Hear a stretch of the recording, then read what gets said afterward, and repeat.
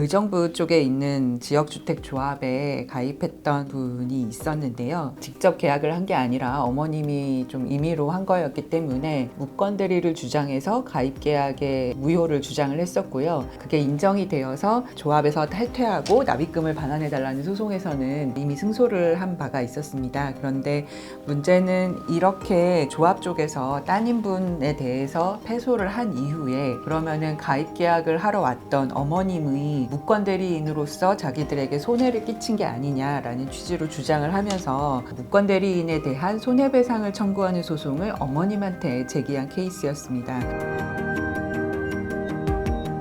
약간 특이한 상황인데요. 그러니까 어쨌든 조합이 기존에 계약할 때 당신이 대리권이 없다는 걸 속이고 가입 계약을 해서 체결을 했는데 그게 이제 무효로 돌아가서 자기들이 손해를 봤다 이렇게 주장하면서 소송을 제기했던 사례고요. 이 사건과 관련해서 법률적으로 아셔야 될 부분은 민법에서는 무건대리인, 대리권이 없는 사람이 임의로 법률 행위를 해서 상대방이 손해를 봤을 때 상대방이 무건대리인에게 손해배상을 청구할 수 있다는 조항이 있습니다.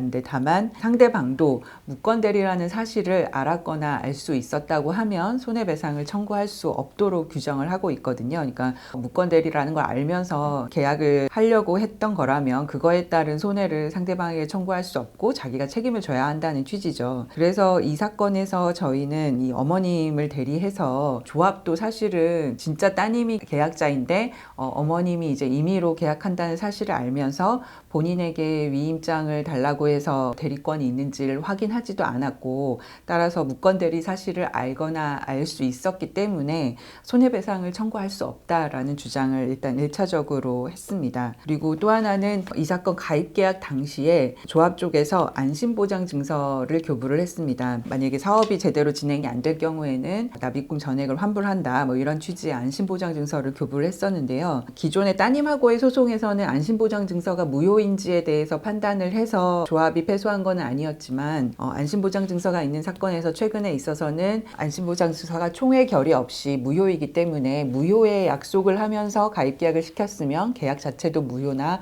취소될 수 있다라는 판결들이 나오고 있거든요. 그래서 저희가 또 하나 주장한 거는 이게 어차피 안심보장증서를 교부하면서 체결된 계약이었기 때문에 무건대리에 의해서 체결된 계약이건 아니건 간에 어차피 기존의 가입계약은 무효가 될 수밖에 없었다. 그렇게 보면 당연히 조합은 기존의 따님한테 돌려줘야 될 돈을 돌려준 것에 불과하고 그러면 손해가 있다고 할 수 없기 때문에 손해배상 청구를 한다는 것이 말이 안 된다. 이렇게 주장을 했습니다. 결과적으로 재판부에서는 이 두 가지 주장을 모두 받아들여서 첫 번째 주장도 맞고 두 번째 주장의 근거에서 보더라도 피고들이 주장하고 있는 바가 옳기 때문에 원고 조합의 청구는 인정될 수 없다라고 해서 모두 청구를 기각했습니다. 그래서 결과적으로 약간 특이한 케이스이긴 한데 이렇게 가족 명의로 지역주택조합에 가입했다가 문제가 되는 사례가 가끔씩 있는 것으로 보이고요. 이런 문제로 인해서 조합이 손해배상 청구를 하거나 피고가 된 상태가 되었다면 이런 경우에도 변호사에게 조력을 구해주시면 저희들이 최선을 다해서 도움 드릴 수 있을 것 같습니다.